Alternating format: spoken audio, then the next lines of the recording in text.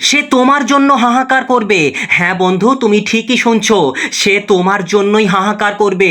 যে মানুষটা আজ তোমাকে পাত্তাই দিচ্ছে না, যে তোমার মেসেজ দেখেও না দেখার ভান করে ফেলে রেখেছে, যে তোমাকে ব্লক করে দিয়ে নিজের দম্ভ দেখাচ্ছে, লিখে রাখো বন্ধু, লিখে রাখো, সেই একই মানুষ তোমার একটা পলকের জন্য, তোমার একটা মেসেজের জন্য পাগলের মতো ছটফট করবে। হ্যাঁ বন্ধু, পাগলের মতো ছটফট করবে।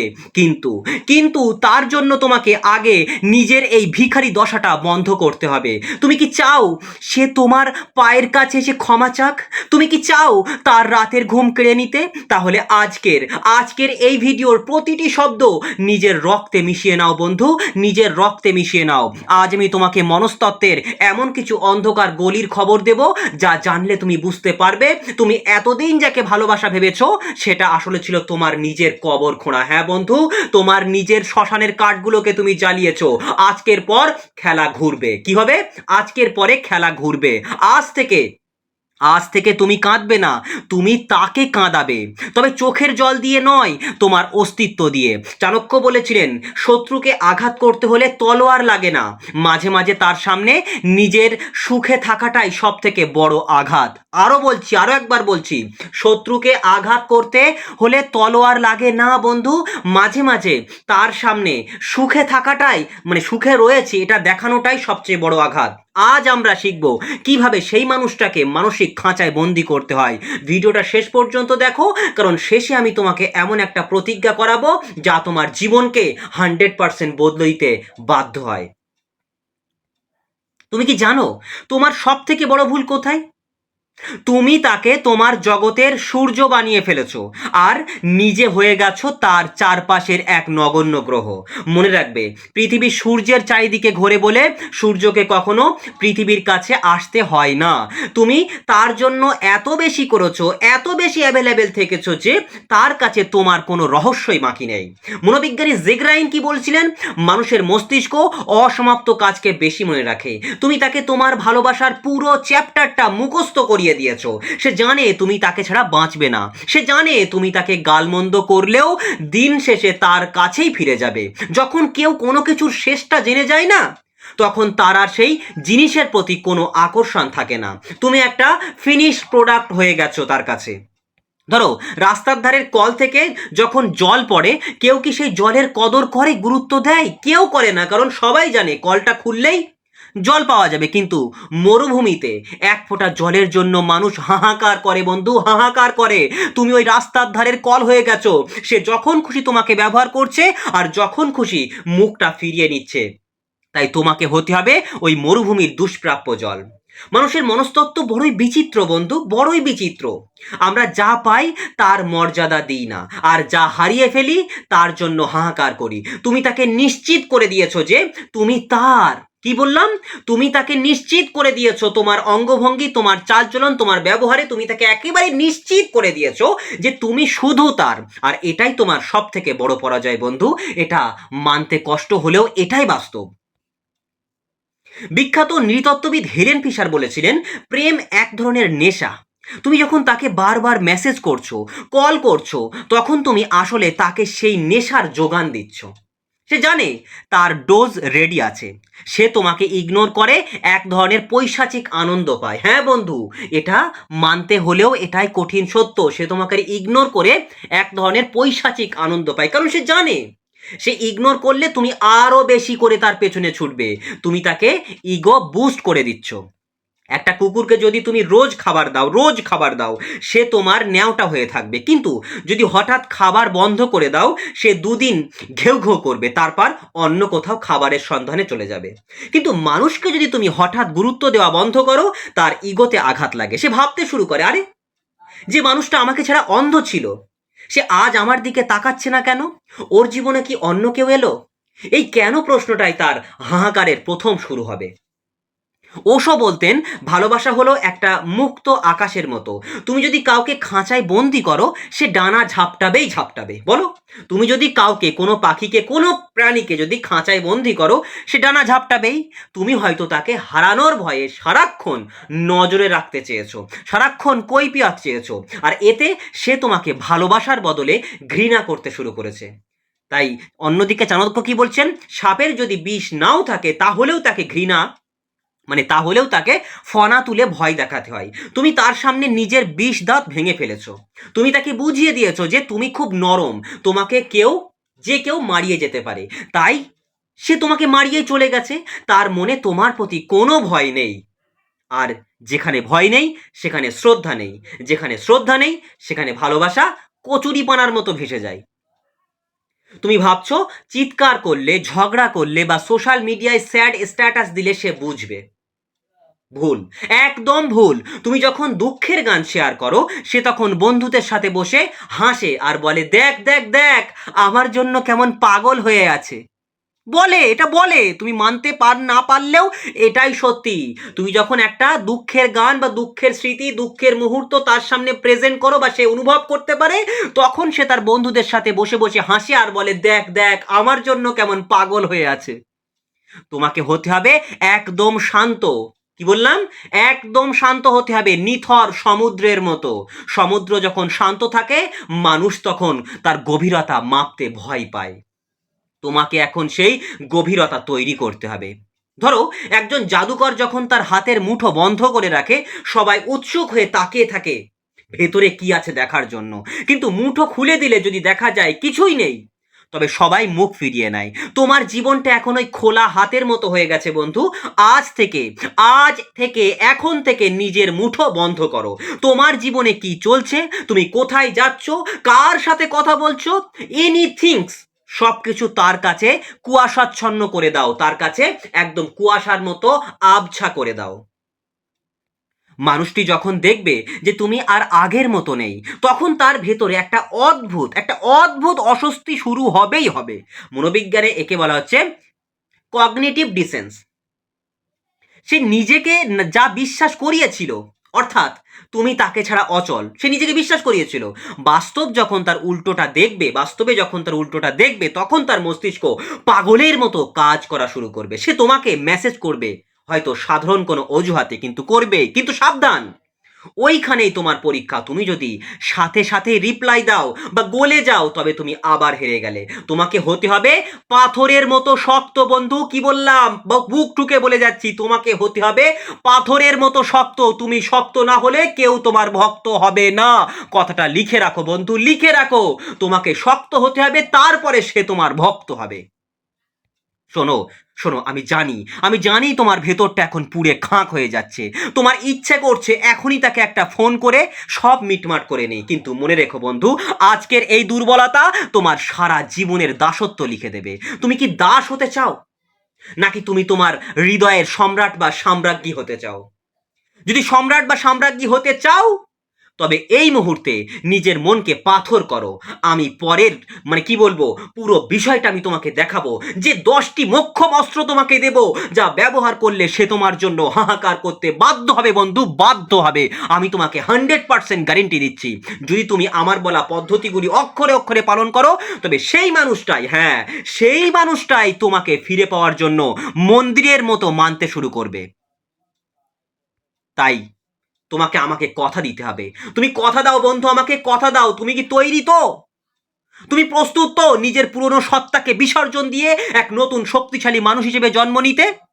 বলো বন্ধু, বলো, তুমি প্রস্তুত তো? নিজের এই পুরনো সত্তাকে, নিজের এই পুরনো মানসিকতাকে বিসর্জন দিয়ে এক নতুন শক্তিশালী মানুষ হিসেবে জন্ম নিতে তুমি পারবে তো? যদি প্রস্তুত হও, তবে কমেন্টে এখনই লেখো। তো যাই হোক, আমি তোমাকে যেটা বলেছিলাম, সেই 10টি মোক্ষম অস্ত্র তোমার হাতে তুলে দেবো। তো তোমার ভুলগুলো আমি কি শুধরে দিলাম, কিভাবে তুমি রাজকীয়ভাবে কামব্যাক করবে। তুমি যদি ভাবো আমি তোমাকে তাকে গালিগালাজ করতে বলবো, তবে তুমি ভুল। আমি তোমাকে বলবো এমন কিছু করতে যা তলোয়ারের চেয়েও বেশি ধারালো। প্রস্তুত হও বন্ধু, কারণ এখন থেকে তোমার জীবনের রিমোট কন্ট্রোল তোমার হাতে চলে আসবে। তো প্রথম অস্ত্র তুমি হাতে তুলে নাও। No contact rule, the law of absence. মনস্তত্ত্বের সব থেকে বড় অস্ত্র হলো অনুপস্থিতি। আবারও বলছি, মনস্তত্ত্বের সব থেকে বড় অস্ত্র হলো অনুপস্থিতি। রবার্ট গ্রিন তার বিখ্যাত বই 48 অফ লস পাওয়ারে বলেছিলেন, তোমার উপস্থিতি যত বেশি হবে তোমার মূল্য তত কমবে। আবারও বলছি, তোমার উপস্থিতি যত বেশি হবে তোমার মূল্য তত কমবে। যত তুমি আড়ালে যাবে তত তোমার সম্মান বাড়বে। একটা দামি পারফিউম তুমি তখনই কেনো যখন সেটার স্টক কমে যায়। যদি ওই পারফিউম রাস্তার মোড়ে মোড়ে ফ্রিতে বিলানো হতো, তুমি কি সেটা গায়ে মাখতে? কখনো না। তাহলে কি করতে হবে? আজ থেকে, এই মুহূর্ত থেকে তার সাথে সমস্ত সব ধরনের যোগাযোগ বিচ্ছিন্ন করো। হ্যাঁ বন্ধু, যোগাযোগ বিচ্ছিন্ন করে দাও। না কোনো কল, না কোনো মেসেজ, না তার ছবিতে লাইক দেওয়া, এমনকি তার কোনো কমন বন্ধুদের কাছেও তার কথা জিজ্ঞেস করবে না। আর একেই বলা হচ্ছে রেডিও সাইলেন্স। সে যখন দেখবে যে মানুষটা তার একটা মেসেজের জন্য চাতক পাখির মতো চেয়ে থাকতো, সে আজ হঠাৎ উধাও, তখন তার মস্তিষ্কের অ্যামিগডালা অংশটি সংকেত দেবে যে সে বড় কিছু একটা হারিয়ে ফেলছে। এই যে শূন্যতা, এই শূন্যতায় তার মনে প্রথম হাহাকারের প্রথম বীজ বপন করে দেবে। দ্বিতীয় অস্ত্র তুমি তুলে নাও বন্ধু। আমি আগেই বলেছি, মানুষ অসমাপ্ত কাজকে মনে রাখে। তুমি যখন হুট করে যোগাযোগ বন্ধ করে দেবে, তখন তার মনে একটা ওপেন লুপ তৈরি হবে। সে ভাববে, কেন ও চলে গেল? ও কি আমাকে ঘৃণা করছে, নাকি ওর জীবনে অন্য কেউ এসেছে? এই যে হাজার রকম কেন কেন কেন, মানুষের মস্তিষ্কে এই অনিশ্চয়তা সহ্য করতে পারবে না। এই অনিশ্চয়তা তাকে বাধ্য করবে তোমার প্রোফাইল চেক করতে, তোমার বন্ধুদেরকে ফোন দিতে। সে যত বেশি তোমার কথা ভাববে, তার অবচেতন মনে তোমার প্রতি আসক্তি তত বাড়বে। এটা বিজ্ঞানের কথা বন্ধু, এটা আমার কথা নয়। যখন তুমি কাউকে উত্তর না দিয়ে ছেড়ে দাও, তখন তুমি তাকে তার নিজের মনের সাথেই লড়াই করতে পাঠিয়ে দাও। আর নিজের মনের সাথে লড়াই করা সব থেকে কঠিন কাজ। তৃতীয় অস্ত্র, চাণক্য বলেছিলেন, নিজের শক্তির পরিচয় না দিলে কেউ তোমাকে সম্মান করবে না। তুমি এতদিন তাকে সময় দিয়েছো, এবার সেই সময়টা নিজের উপর খরচ করো। একটা ভাঙা বাড়ি কেউ দেখতে যায় না, কিন্তু সেখানে যদি একটা বিশাল রাজপ্রাসাদ তৈরি হয়, তবে দূর দূরান্ত থেকে মানুষ সেটা দেখতে আসে। তাই বাস্তবে তোমার পদক্ষেপ কি হবে? তোমার কেরিয়ার, তোমার স্বাস্থ্য, তোমার চেহারার দিকে নজর দাও। এমনভাবে নিজেকে তৈরি করো যেন 3 মাস পর, হ্যাঁ বন্ধু, 3 মাস পর সে তোমাকে দেখলে চিনতে না পারে। জিমে যাও, নতুন কোনো স্কিল শেখো, অথবা তোমার যে শখগুলো তুমি তার জন্য বিসর্জন দিয়েছিলে, সেই শখগুলোকে আবার শুরু করো, কাজ করা শুরু করো। যখন সে সোশ্যাল মিডিয়ায় বা অন্য কারো মাধ্যমে দেখবে যে তুমি তাকে ছাড়াও অত্যন্ত সুখে আছো, তখন তার ইগোতে বড় সড়ো একটা ধাক্কা লাগবে। সে ভাববে, আমি কি তবে এতটাই নগণ্য ছিলাম যে ও আমাকে ছাড়া আরো বেশি ভালো আছে? চতুর্থ অস্ত্র, যদি কোনো কারণে তার সাথে তোমার দেখা হয় বা কথা বলতে হয়, তবে একদম স্বাভাবিক আচরণ করবে। কোনো রাগ নয়, কোনো অভিমান নয়, জাস্ট একজন সাধারণ অপরিচিত বা অল্প পরিচিত মানুষের মতো কথা বলবে। জাস্ট অপরিচিত মানুষ, ব্যাস, আর কিচ্ছু না। সে যখন দেখবে তুমি তার উপরে আর রেগে নেই, কি বললাম? সে যখন দেখবে তুমি তার উপরে আর রেগে নেই, একদম রাগ দেখাবে না, আমি বারবার বলছি, একদম রাগ দেখাবে না। যখন সে দেখবে তার উপরে তুমি আর রেগে নাই, তখন সে ভয় পেয়ে যাবে। কারণ রাগ মানেই হলো সেখানে একটা আবেগ আছে, কিন্তু উদাসীনতা বা ইনডিফারেন্স বা ইগনোর হলো সব থেকে বড় অপমান। ওশো বলেছিলেন, ভালোবাসার বিপরীত শব্দ ঘৃণা নয়, ভালোবাসার বিপরীত শব্দ হলো উদাসীনতা, উপেক্ষা করা। তুমি যখন তাকে বুঝিয়ে দেবে যে সে তোমার জীবনে থাকা বা না থাকা এখন সমান কথা, থাকলেও কিছু আসে নাই যায় না, না থাকলেও কিছু যায় আসে না, তখন তখন তার পায়ের নিচে থেকে মাটি সরে যাবে বন্ধু, মাটি সরে যাবে। পঞ্চম অস্ত্র, এই সাইকোলজিক্যাল থিওরি আমি তোমাকে কি বলবো, আমাদের শারীরিক ভঙ্গি আমাদের মনকে নিয়ন্ত্রণ করে। আজ থেকে মাথা নিচু করে চলা বন্ধ করো, বুক টান টান করে হাঁটো, চোখে চোখ রেখে কথা বলো। যখন তুমি বাইরের দিক থেকে নিজেকে একজন আত্মবিশ্বাসী মানুষ হিসেবে উপস্থাপন করবে, তখন তোমার অবচেতন মন বিশ্বাস করতে শুরু করবে যে তুমি আসলেই শক্তিশালী। আর এই ভাইব্রেশন যখন তার কাছে পৌঁছাবে, সে অবশ্যই তোমার প্রতি নতুন বন্ধুদের টান অনুভব করবে। মানুষ সবসময় শক্তিশালী ব্যক্তিত্বের প্রতি আকর্ষিত হয়, কান্নাকাটি করা বা দুর্বল মানুষের প্রতি মানুষ আকর্ষিত হয় না, হয় না, হয় না। 6 নম্বর অস্ত্র, তুমি বলেছিলে তোমার মন অন্ধকার হয়ে আছে। তুই না বললেও আমি এটা বুঝতে পেরেছি, তোমার মন এখন অন্ধকার হয়ে আছে। শোনো, জেগার্নিক ইফেক্ট যেমন অন্যদের ওপর কাজ করে, তোমার ওপরেও কাজ করছে সেই জেগার্নিক এফেক্ট। তুমি এই অসমাপ্ত সম্পর্কের জালে আটকে আছো। চাণক্য নীতি অনুযায়ী, যে বিষ তোমার প্রাণ কেড়ে নিতে পারে তাকে শরীর থেকে বের করে দেওয়াই বুদ্ধিমানের কাজ। কি বললাম? যে বিষ তোমার প্রাণ কেড়ে নিতে পারে সেটাকে শরীর থেকে বের করে দেওয়াই বুদ্ধিমানের কাজ। তুমি কি জানো, হেলেন ফিশার তার গবেষণায় দেখেছেন যে মানুষ যখন কোনো নতুন চ্যালেঞ্জ নেয়, তখন তার মস্তিষ্কে নিরুপায় প্রাণ নিঃসৃত হয়, যা পুরনো দুঃখ ভুলিয়ে দেয়। তাই আজই একটা নতুন লক্ষ্য স্থির করো। হতে পারে সেটা তোমার, কি বলবো, হতে পারে সেটা তোমার ক্যারিয়ার হতে পারে, বড় কোনো পরীক্ষা হতে পারে, কিংবা যে কোনো কিছু। যখন তুমি বড় কিছুর পেছনে ছুটবে, তখন এই ছোটখাটো মানুষগুলো তোমার কাছে নস্যি মনে হবে, নস্যি। 7 নম্বর, অস্ত্র।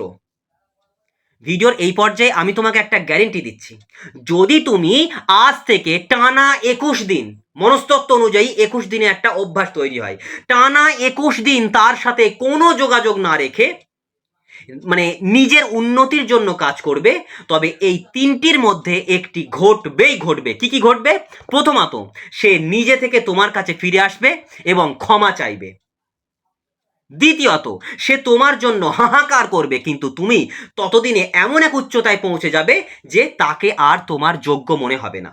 তৃতীয়ত কি করতে পারে? তুমি এমন এক মানসিক শান্তি পাবে যেখানে তার থাকা বা না থাকা তোমার কাছে আর কোনো গুরুত্বই রাখবে না। তবে আমার দৃঢ় বিশ্বাস, সে তোমার জন্য হাহাকার করবে। তাহলে কি বললাম? টানা 21 দিন যদি এই পদ্ধতিগুলো ফলো করো, এই তিনটের মধ্যে একটা ঘটবেই ঘটবে। সে নিজে থেকে তোমার কাছে ক্ষমা চাইবে, দ্বিতীয়ত সে তোমার জন্য হাহাকার করে তোমার কাছে ফিরে আসবে, আর তৃতীয়ত তুমি নিজেকে এমন এক মানসিক শান্তির জায়গায় নিয়ে যাবে যে সে থাকা না থাকায় তোমার কিছু আসবে না বা যাবেও না। তো চাণক্যের সে অমোঘ বাণী মনে রেখো বন্ধু, সিংহের মতো হও যে নিজের শিকার নিজে করে এবং বনের রাজা হওয়ার জন্য কারো অনুমতির অপেক্ষা করে না। তাই সিংহের মতো হও। এখন আয়নার সামনে দাঁড়াও, নিজের চোখের দিকে তাকাও, নিজের চোখের দিকে তাকাও। যে মানুষটাকে দেখছো না, একে রক্ষা করার দায়িত্ব কার? আয়নার সামনে যে মানুষটাকে দেখছো, তাকে রক্ষা করার দায়িত্ব কার? দায়িত্ব তোমার। কোনো রক্ত মাংসের মানুষ এসে তোমার জীবন নরক করে দিয়ে যাবে, আর তুমি সেইটা মুখ বুজে সহ্য করবে? এটা হতে পারে না, পারে না, পারে না। আজ থেকে তুমি প্রতিজ্ঞাবদ্ধ হও, আজ থেকে তোমার চোখের জল শুধু তোমার সাফল্যের জন্য পড়বে। ভিডিওটি শেষ করেই তার নম্বরটা আর তার স্মৃতিগুলো একেবারে ডিলিট করে দাও, কিন্তু খবরদার ব্লক করে দেবে না। অন্ধকার থেকে বেরিয়ে এসো। মনে রেখো বন্ধু, সূর্য যখন অস্ত যায় তখন আকাশ অন্ধকার হয় ঠিকই, কিন্তু পরদিন সকালে সে আরো বেশি তেজ নিয়ে ফিরে আসে। তোমাকে সেই তেজ নিয়ে ফিরতে হবে। তাই একটু হারিয়ে যাও না তুমি তার জীবন থেকে।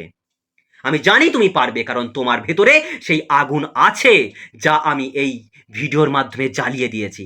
এবার পালা তোমার সেই আগুনে তোমার শত্রু দম্ভকে পুড়িয়ে ছাই করে দেওয়ার। যদি যাও, যাও বন্ধু, যাও, নিজেকে প্রমাণ করো, দেখিয়ে দাও তুমি কে। যদি আজকের এই কথাগুলো তোমার হৃদয়ে আঘাত করে থাকে, তবে কমেন্টে লেখো, আমি আমার জীবনের রাজা কিংবা রানী, আজ থেকে আমিই সেরা। দেখা হবে সাফল্যের গল্পে। ভালো থেকো বন্ধু, আর নিজেকে ভালোবাসতে শুরু করো। তো ভিডিওটি শেষ করার আগে একটা কথা খুব মন দিয়ে শোনো বন্ধু। আজ তুমি যার জন্য কাঁদছো, যার হাহাকার শোনার জন্য অধীর আগ্রহে অপেক্ষা করছো, একবার ভেবে দেখো তো, প্রকৃতি আমাদের কি শেখায়? শরতের শেষে গাছ যখন তার সব পাতা হারিয়ে ফেলে, সব পাতা ঝরিয়ে ফেলে, সব পাতা ঝরে মাটিতে পড়ে যায়, সে কি তখন কান্নাকাটি করে? না। গাছটি জানে এই পাতা ঝরিয়ে দেওয়াটা কষ্টের হলেও জরুরি, কারণ তবেই বসন্তের নতুন কুড়ি আসবে। তোমার জীবন থেকেও আজ যা ঝরে যাচ্ছে তাকে যেতে দাও বন্ধু, যেতে দাও। সেটা তোমার জন্য বিষাক্ত ছিল বলেই প্রকৃতি বা ঈশ্বর, ভগবান তাকে তোমার জীবন থেকে সরিয়ে দিচ্ছে। মানুষের মনস্তত্ত্ব বলে, আমরা যখন কোনো কিছুকে আঁকড়ে ধরি তখন আমরা আসলে নিজেদেরকে ছোট করে ফেলি, কিন্তু যখন আমরা মুক্ত হাতে আকাশের দিকে তাকাই তখন পুরো আকাশটা আমাদের হয়। ওই মানুষটা তোমার জন্য হাহাকার করবে কি করবে না, সেটা সময়ের ওপর ছেড়ে দাও, কারণ সময় হলো এই পৃথিবীর শ্রেষ্ঠ বিচারক। এটা মানতে হবে তোমাকে। সময় হলো এই পৃথিবীর শ্রেষ্ঠ বিচারক। চাণক্য বলেছিলেন, সময় যখন কথা বলে তখন পৃথিবীর সব দম্ভ ধুলোয় মিশে যায়। আজ তুমি নিজেকে নিয়ে ব্যস্ত হয়ে যাও, নিজেকে নিয়ে ব্যস্ত হও, নিজেকে এতটাই দামি করে তোলো যাতে একদিন সে নিজেই নিজেকে প্রশ্ন করতে বাধ্য হয়, আমি এই হীরাটাকে চেনার ক্ষমতা কেন হারিয়েছিলাম। সেদিন তার হাহাকার হবে শব্দহীন, আর তোমার নীরবতা হবে সব থেকে শক্তিশালী উত্তর। অন্ধকার ঘরে বসে থেকো না বন্ধু, অন্ধকার ঘরে বসে থেকো না, জানালাটা খুলে দেখো, ভোরের আলো তোমার জন্য অপেক্ষা করছে। তুমি একা নও, তোমার সাথে তোমার আত্মসম্মান আছে, তোমার স্বপ্ন আছে, আর আছে কি? আর যে নিজের আত্মসম্মানকে ভালোবাসতে জানে, এই পৃথিবী তাকে কুর্নিশ করে। নিজের ওপর বিশ্বাস রাখো বন্ধু, তুমি জয়ী হবেই হবে। আমি তোমাকে 100% গ্যারেন্টি দিচ্ছি। কারণ সত্য আর ন্যায়ের পথে যে চলে, তার পরাজয় সাময়িক হতে পারে কিন্তু ধ্বংস হয় না। ভালো থেকো বন্ধু, নিজের খেয়াল রেখো। দেখা হচ্ছে পরের ভিডিওতে নতুন কোনো বিজয়ের গল্প নিয়ে।